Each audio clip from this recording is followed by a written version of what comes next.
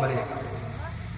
اگر ہمیں اللہ تعالیٰ ایک رمضان اور دے رہا ہے تو میرے بھائیوں ہم اور آپ خوش نصیب ہیں۔ نبی اکرم کے دور میں دو بھائی ایک ساتھ ایمان لائے، دونوں بھائی بھی ہو سکتے ہیں یا دوست بھی تھے، حدیث میں اس کی وضاحت نہیں ہے۔ دو لوگ ایک ساتھ ایمان لائے اور دونوں بھائیوں میں سے، دونوں دوستوں میں سے ایک زیادہ محنتی تھا، دین کا زیادہ کام کرتا تھا، زیادہ نماز پڑھتا تھا، زیادہ نیکی کرتا تھا، نیکی کے کاموں میں زیادہ آگے آگے رہتا تھا۔ ایک بھائی زیادہ محنتی تھا، ایک تھوڑا کم تھا، ہوتا ہے، نیچرل بات ہے۔ تو جو زیادہ محنتی تھا، جو دین کے کاموں میں زیادہ آگے آگے رہتا تھا، فغزل مجتہد فاستشہد، وہ اللہ کی راہ میں لڑتے لڑتے شہید ہو گیا۔ دوسرا بھائی جو اتنی محنت نہیں کرتا تھا، دین کے معاملے میں اپنے بھائی سے کچھ کمزور تھا، وہ 1 سال تک زندہ رہا اور 1 سال کے بعد اس کا انتقال ہو گیا، نیچرل ڈیتھ ہو گئی، انتقال ہو گیا۔ اب ذرا غور سے سننا، صحابی رسول حضرت طلحہ بن عبید اللہ جو حدیث کے راوی ہیں، نیریٹر ہیں، وہ کہتے ہیں میں نے خواب دیکھا، میں نے دیکھا کہ میں جنت کے دروازے پر کھڑا ہوں اور جنت کے اندر سے ایک آدمی آتا ہے، ایک فرشتہ آتا ہے، اور جو انسان 1 سال بعد انتقال کرتا ہے اس کو پہلے جنت میں جانے کی اجازت دیتا ہے کہ جا بھائی تو جنت میں چلا جا۔ اس کے بعد جو اللہ کی راہ میں شہید ہوا تھا اور جو زیادہ محنت کرتا تھا، اس کے بعد وہ اس کو جنت میں جانے کی اجازت دیتا ہے، اور پھر میرے پاس آ کے کہتا ہے لم یانی لک بعد، ابھی تیرے جنت میں جانے کا ٹائم نہیں آیا ہے۔ طلحہ بن عبید اللہ، اگر میں اپنے نوجوانوں سے پوچھوں کہ طلحہ کون تھے، نہیں بتا پائیں گے۔ وراٹ کوہلی نے پاکستان کے خلاف کتنا رن بنایا تھا سب کو معلوم ہوگا۔ کرکٹروں کے نام ہم سے پوچھ لو، فلمی ہیرو کے نام ہم سے پوچھ لو، انسٹاگرام پہ ویڈیو کیسے ڈالی جائے ہم سے پوچھ لو، فیس بک پر کیسے پوسٹیں ڈالی جائے ہم سے پوچھ لو۔ لیکن ہمارے ان نوجوانوں سے اپنے نبی کے صحابہ کے بارے میں پوچھ لو، نہیں معلوم۔ او میرے نوجوان ساتھیوں، حضرت طلحہ ان 10 صحابہ کرام میں سے ایک ہیں جن کا نام لے کر کے نبی نے جنتی کہا تھا۔ کون تھے 10 صحابہ؟ ابو بکر، عمر، عثمان، علی، 4 تو یہ ہو گئے، سعد بن ابی وقاص، سعید بن زید، 4 2 6 ہو گئے، عبد الرحمن بن عوف، ابو عبیدہ بن جراح، 6 2 8 ہو گئے، اور طلحہ اور زبیر، یہ 10 ہو گئے۔ یہ وہ 10 صحابہ ہیں جن کو نبی نے نام لے کر کے جنت کی بشارت سنائی تھی۔ ان کو عشرہ مبشرہ بھی کہا جاتا ہے۔ عشرہ مینس 10 اور مبشرہ مینس جن کو خوشخبری دی گئی ہے۔ عشرہ مبشرہ وہ 10 صحابہ جن کا نام لے کر کے جنت کی خوشخبری سنائی۔ تو حدیث کے راوی کون ہے؟ طلحہ رضی اللہ عنہ۔ انہوں نے ایسا خواب دیکھا، جب انہوں نے اپنا خواب صحابہ کو بیان کیا تو صحابہ کو بڑی حیرت ہوئی کہ جو انسان محنتی تھا، جو دین کے کاموں میں آگے آگے تھا اور جو اللہ کی راہ میں لڑتے لڑتے شہید ہوا تھا، وہ تو بعد میں جنت میں جا رہا ہے، اور جو نیچرل طریقے سے مرا تھا اور جو دین کے کاموں میں اتنا آگے آگے نہیں تھا، وہ پہلے جنت میں جا رہا ہے۔ یہ کیسے پاسبل ہے؟ How it can be possible? صحابہ کو بڑی حیرت ہوئی۔ جب یہ بات جناب محمد رسول اللہ صلی اللہ علیہ وسلم تک پہنچی، آپ نے صحابہ سے پوچھا مینا یہ ذالک تعجبون، اے میرے صحابہ تمہیں کیوں تعجب ہو رہا ہے؟ صحابہ نے کہا اللہ کے نبی یہ بات ہضم نہیں ہو رہی ہے، یہ بات سمجھ میں نہیں آ رہی ہے کہ جو انسان اللہ کی راہ میں شہید ہوا ہے اور جو دین کے کاموں میں آگے آگے ہے وہ بعد میں جنت میں جا رہا ہے، اور جو اتنا آگے آگے بھی نہیں ہے وہ پہلے جنت میں جا رہا ہے۔ آپ نے فرمایا الیس قد مکث بعدہ سنۃ، اے میرے صحابہ جس کا انتقال بعد میں ہوا تھا، کیا اس نے زندگی میں 1 سال زیادہ نہیں پایا؟ کیا اس کی زندگی میں 1 سال زیادہ نہیں ملا؟ ہاں اللہ کے نبی، اس کی زندگی میں 1 سال زیادہ ملا۔ الیس قد ادرک رمضان، کیا اس نے رمضان کا مہینہ نہیں پایا؟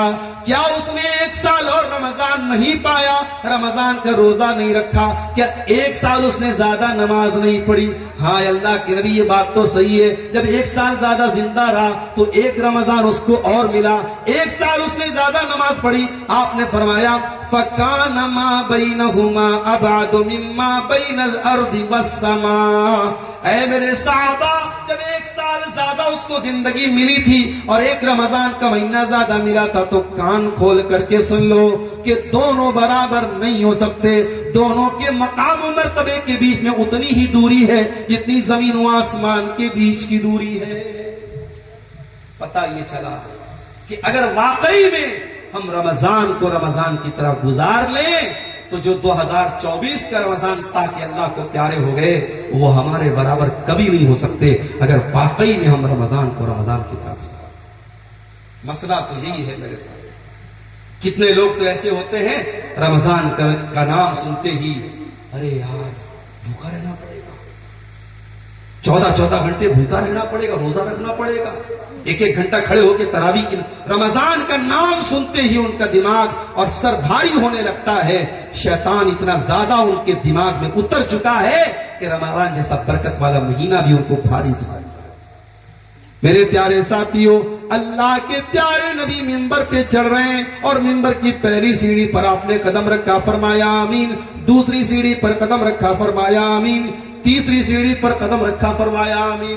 صحابہ نے کہا اللہ کے نبی کیا بات ہے، ایسا ہوتا تو نہیں تھا کہ آپ منبر پہ چڑھے اور آمین آمین بولے، آپ نے 3 مرتبہ آمین کہا، کیا بات ہے؟ آپ نے فرمایا اے میرے صحابہ، جب میں منبر کی پہلی سیڑھی پر چڑھا تو جبریل علیہ السلام آئے اور انہوں نے کہا من ادرک رمضان فلم یغفر لہو، جو رمضان کا مہینہ پائے اور اپنی بخشش نہ کروا سکے، اپنی مغفرت نہ کروا سکے، رمضان میں اللہ تعالیٰ کو راضی نہ کر سکے، خوش نہ کر سکے، اپنے گناہوں کی معافی نہ منگوا سکے، ایسا انسان اللہ کی رحمت سے دور ہو جائے، ایسے انسان کو اللہ تعالیٰ اپنی رحمت سے دور کر دے۔ جبریل نے یہ بد دعا کی اور میں نے آمین کہا۔ پھر جب دوسری سیڑھی پر قدم رکھا، جبریل نے کہا من ادرک والدیہ، جو اپنے ماں باپ میں سے دونوں کو یا کسی ایک کو بڑھاپے کی حالت میں پائے اور دونوں کی خدمت کر کے اپنے آپ کو جنت کا حقدار نہ بنا سکے۔ وہ بوڑھے ماں باپ تمہارے گھر میں اگر موجود ہیں، ان بوڑھے ماں باپ کو کبھی بوجھ نہ سمجھنا میرے بھائیوں۔ تمہیں اگر بوڑھی ماں ملی ہے، بوڑھے باپ ملے ہیں، ان کی خدمت کرنے میں کبھی تم اپنے دل پر کبھی کوئی بوجھ نہ آنے دینا۔ یہ تو اللہ نے تم کو خوشی کا موقع دیا ہے، یہ تو اللہ نے تم کو جنت کمانے کا موقع دیا ہے۔ آج ہوتا کیا ہے، ماں کے مرنے کے بعد ہم مسجد میں چندہ دیتے ہیں، مدرسے میں چندہ دیتے ہیں۔ ماں زندہ ہے، 100 روپے کی دوا ماں کی لانی ہے تو ہمیں حساب و کتاب دیکھنا پڑتا ہے، یار 100 روپیہ دینا پڑے گا ماں۔ باپ کو 100 روپیہ دینا پڑ جائے تو ہمیں کمائی کا حساب یاد آنے لگتا ہے، یار 100 روپیہ باپ کو دینا پڑے گا۔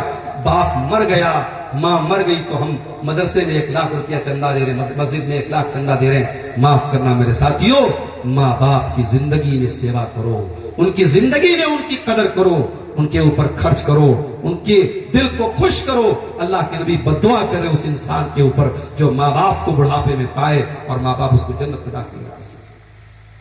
پھر آپ نے فرمایا میں نے تیسری سیڑھی پر قدم رکھا تو جبریل علیہ السلام نے کہا کہ اے اللہ کے نبی، جس انسان کے سامنے آپ کا نام لیا جائے، محمد کہا جائے صلی اللہ علیہ وسلم، اور وہ آپ کے اوپر درود نہ پڑے، وہ صلی اللہ علیہ وسلم نہ پڑے، اس انسان کو بھی اللہ اپنی رحمتوں سے دور کر دے۔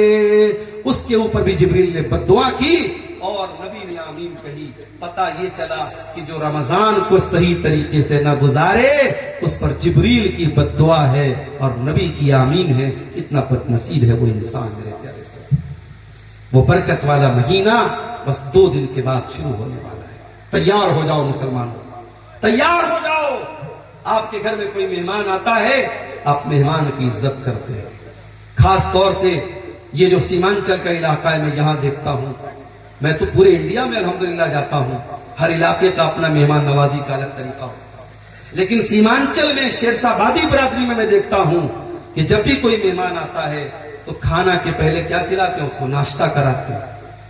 ناشتے میں کیا ہے صاحب؟ وہ کچھ سیب رکھ دیتے ہیں، کچھ کشمش رکھ دیتے ہیں، تھوڑا بہت کاجو رکھ دیتے ہیں، کچھ نمکین، کچھ میٹھا. یہ کلچر ہے آپ کے علاقے. کیوں کرتے ہیں بھائی ایسا؟ کیونکہ ہمارے یہاں کا کلچر ہے مہمان کو ہم اس طریقے سے سمان دیتے ہیں، عزت دیتے ہیں. بنارس میں آپ جائیں گے تو وہاں مہمان کو چائے ضرور پلائیں گے، پان ضرور کھلائیں گے. بنارس کے پان کا نام تو سنا ہوگا آپ نے، جس کو کھا کے دماغ کھل جاتا ہے. تو چائے اور پان بنارس کے لیے مہمان نوازی کے لیے بہت فیمس ہے. لیکن آپ بنارس میں جائیں گے یا یوپی میں کہیں بھی جائیں گے، دسترخوان پہ مہمان بھی بیٹھے گا، میزبان کیا کرے گا؟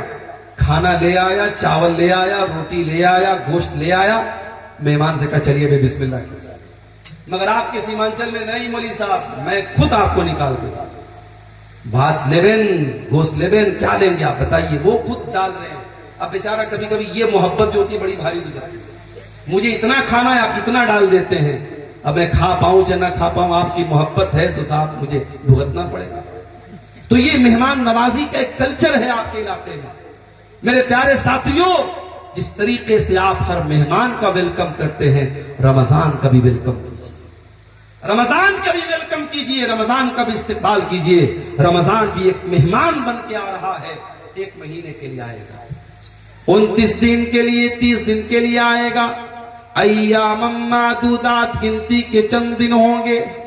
یہ مہینہ کب آئے گا، کب شروع ہوگا، کب ختم ہو جائے گا، پتہ بھی نہیں چلے گا. اس مہینے کی قدر کرنا میرے پیارے